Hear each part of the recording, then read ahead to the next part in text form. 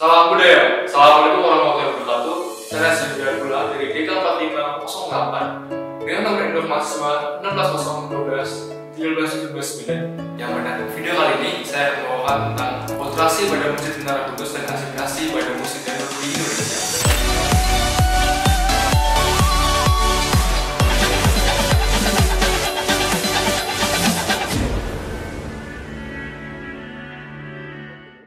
Sebelum masuk ke materi, saya akan menjelaskan terlebih dahulu apa itu akulturasi dan apa itu asimilasi. Yang pertama ada akulturasi. Akulturasi adalah suatu proses di mana sekelompok manusia dengan kebudayaan tertentu dihadapkan atau bertemu dengan kebudayaan asing.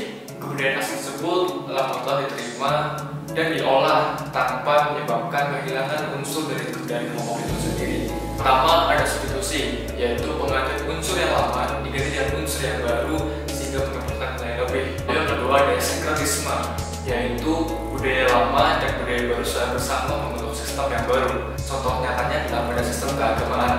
Lalu ada penambahan atau addition pada budaya tersebut. Lalu ada penggantian atau deculturation, yaitu adalah penggantian sebuah budaya lama dengan budaya baru. Contohnya seperti Jerman yang ini diganti menggunakan angkot ataupun motor kendaraan. Berikutnya ada originasi, yaitu sebuah unsur budaya baru yang asing yang dapat melakukan perubahan pada suatu kelompok manusia tertentu, seperti datangnya listrik ke pemukiman desa. Yang terakhir ada penolakan atau rejection. Ini adalah suatu akulturasi di mana akulturasi itu tidak sangat tepat sehingga menimbulkan ketidakpercayaan masyarakat terhadap budaya tersebut. Contohnya seperti masih maraknya penggunaan dukun di Indonesia.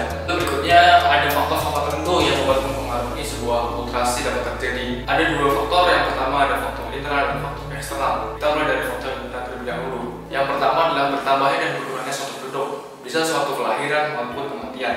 Kemudian ada discovery atau penemuan ide baru yang sebelumnya tidak pernah ada jadi ada. Lalu ada invention, yaitu penyempurnaan penemuan. Lalu ada innovation, yaitu adalah sebuah penambahan pada penemuan yang sudah ada maupun mengganti sehingga lebih ada manfaatnya. Lalu yang berikutnya adalah konflik, adanya konflik pada suatu masyarakat.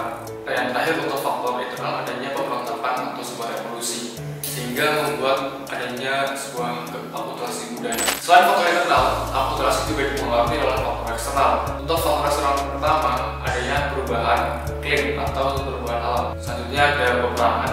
Lalu ada terpengaruhnya oleh budaya lain atau yang bisa disebut dengan difusi budaya. Namun tak hanya itu, akulturasi ternyata dapat mendapatkan dampak yang sangat negatif. Berikut adalah beberapa dampak negatif dari sebuah budaya akulturasi. Masalah yang pertama adalah adanya cara pandang masyarakat tertentu kepada hal-hal akulturasi atau budaya yang baru. Seperti sekarang untuk silaturahmi kita tidak perlu datang atau bertatap muka secara langsung, namun dapat dilakukan menggunakan telepon seluler. Berikutnya adanya terjadinya perubahan terhadap hal-hal yang biasa dianggap tabu kini dapat dilihat secara nyata oleh masyarakat. Misalnya seperti hubungan di usia remaja yang mulai terbuka. Berikutnya terbukanya kesempatan untuk membuka pengetahuan atau penemuan yang lebih luas lagi. Yang terakhir, adanya perubahan mentalitas dan rasa malu pada masyarakat. Nah, kita masuk ke contoh akulturasinya. Untuk akulturasi sendiri seperti dari makanan dulu nih. Dari makanan kita ada perkedel, kue lapis legit, semur. Merupakan akulturasi budaya antara budaya Indonesia dan budaya Belanda.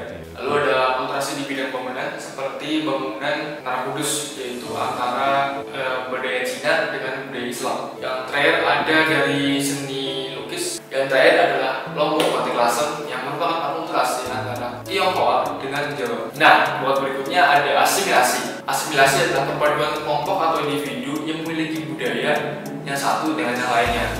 Asimilasi akan terjadi apabila suatu kelompok atau individu berinteraksi atas dasar keterbukaan dan sikap toleran sehingga dapat menerima budaya yang baru. Ini ada syarat untuk terbentuknya asimilasi. Terdapat 3 syarat. Yang pertama adalah adanya sebuah kelompok yang memiliki kebudayaan yang berbeda. Kemudian yang selanjutnya adalah terjadinya suatu komunikasi antara budaya atau kelompok yang terjadi sangat lama sehingga memunculkan kebiasaan. Yang terakhir, syarat asimilasi adalah kebudayaan dan kelompok saling berubah dan saling menyesuaikan.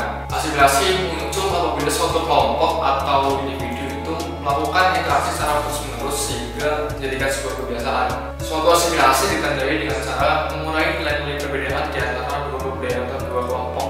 Asimilasi juga akan terjadi ketika suatu kelompok atau individu itu sudah mempunyai sikap saling toleran sehingga tidak muncul sebuah perbedaan pendapat. Manusia sebagai makhluk sosial pasti memerlukan suatu interaksi dengan manusia lain. Lalu ada faktor yang mendorong sebuah aspirasi dapat terjadi di Indonesia. Yang pertama adalah sikap toleransi, yang kedua adalah kesempatan yang seimbang dalam bidang ekonomi, yang ketiga sikap menghargai orang asing dan kebudayaannya, yang keempat sikap terbuka antar golongan masyarakat, yang kelima persamaan dari unsur kebudayaannya, yang keenam ada pencampuran perkawinan, yang terakhir adanya musuh bersama dari luar. Lalu ada faktor yang membuat asimilasi ini terhambat. Yang pertama, terisolasinya suatu budaya dengan budaya lain sehingga tidak menimbulkan interaksi. Lalu adanya kurangnya pengetahuan tentang budaya apa yang sedang dihadapi. Lalu muncul adanya rasa suatu kebudayaan tertentu itu lebih tinggi dibandingkan kebudayaan lain sehingga tidak mau menerima kebudayaan lain. Adanya perbedaan secara fisik mulai dari kulit warna, bentuk muka, dan lain-lain.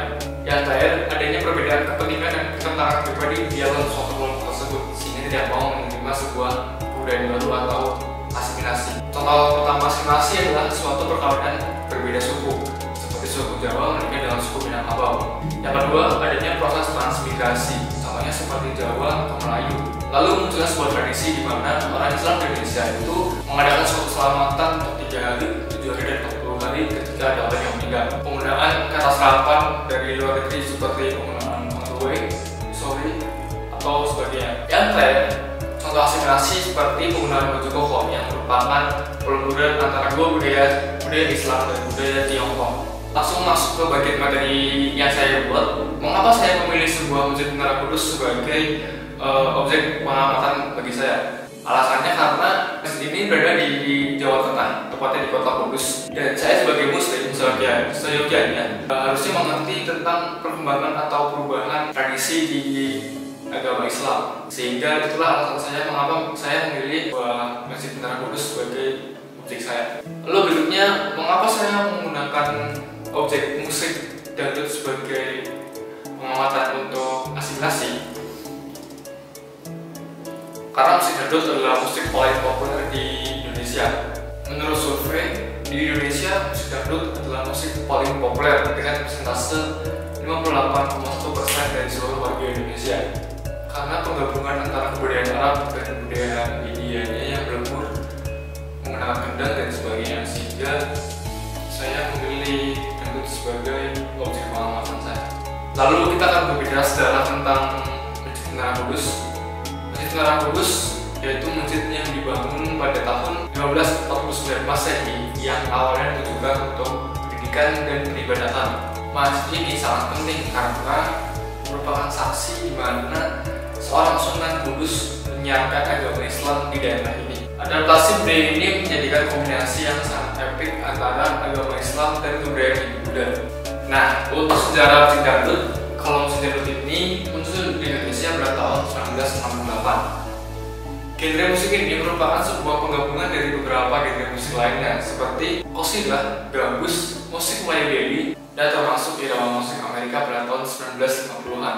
Makna dan simbol akulturasi pada Masjid Menara Kudus dapat dilihat dari sebuah gerbangnya atau gapuranya yang menyimpulkan keseimbangan antara agama Islam dengan kebudayaan Hindu-Buddha.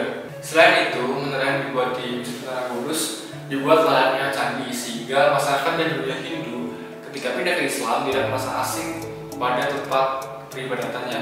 Keberhasilan akulturasi budaya ini sebagai simbol yaitu kedamaian dan asimilasi dari suatu kebudayaan Islam dengan kebudayaan Hindu-Buddha. Masjid Menara Kudus merupakan ekspresi kebudayaan dan nilai pendidikan multikultural pada yang tercermin di dalamnya. Nah, untuk proses asimilasi budaya musik dangdut itu awalnya merupakan pengaruh seni dalam film India yang bisa kita sebut dengan film-film Bollywood yang pertama kali dipopulerkan oleh Elia Khadan dengan lagu Boneka India. Lagu ini konon katanya dicap sebagai cikal bakal dari munculnya musik dangdut di Indonesia. Setelah itu disusul pada tahun 1968 munculnya tokoh atau penyanyi dangdut legendaris seperti Rhoma Irama dan lain sebagainya. Nah, terus apakah kebudayaan tersebut seperti musik dangdut dan Menara Masjid Kudus itu masih diberdayakan oleh masyarakat? Jawabannya masih, dan alasannya adalah setiap tahunnya lingkungan Masjid Menara Kudus ini dijadikan tempat sebagai perayaan atau penyambutan bulan suci Ramadan atau yang bisa disebut dengan tradisi dagangan. Dan ada satu lagi yang biasanya dilakukan pada tanggal 10 Suro yang tradisinya diberi nama dengan buka lumpur atau yang artinya makam. Isi acara adat ini adalah yaitu mengganti kain penutup makam dan diganti dengan kain penutup makam yang baru. Sampailah kita pada sebenarnya penutup. Akulturasi adalah suatu penggabungan dua kebudayaan tertentu tanpa menghilangkan unsur kebudayaan sebelumnya. Dalam asimilasi yaitu suatu penggabungan dua budaya dari suatu kelompok atau masyarakat yang membentuk budaya baru. Proses akulturasi ini mendapatkan 3 tahapan. Yang pertama adanya komunikasi, enkulturasi, dan terciptanya akulturasi. Sedangkan asimilasi sendiri juga memiliki 3 tahapan tertentu. Yang pertama adanya sikap menghargai, toleransi, dan keterbukaan sehingga menimbulkan suatu budaya baru atau asimilasi. Asimilasi dan akulturasi juga memiliki faktor penghambatnya. Proses akulturasi Indonesia lebih banyak terjadi dibandingkan proses asimilasi karena masyarakat Indonesia lebih tertarik kepada budaya yang baru, namun enggan untuk meninggalkan budaya lama. Oke, terima kasih. Mungkin sekian yang dapat saya sampaikan pada kesempatan video kali ini tentang proses akulturasi pada Nusantara Kudus dan proses asimilasi pada musik dangdut. Apabila ada salah kata, mohon dimaafkan. Terima kasih telah menonton sampai akhir. Wassalamualaikum warahmatullahi wabarakatuh. Salam budaya.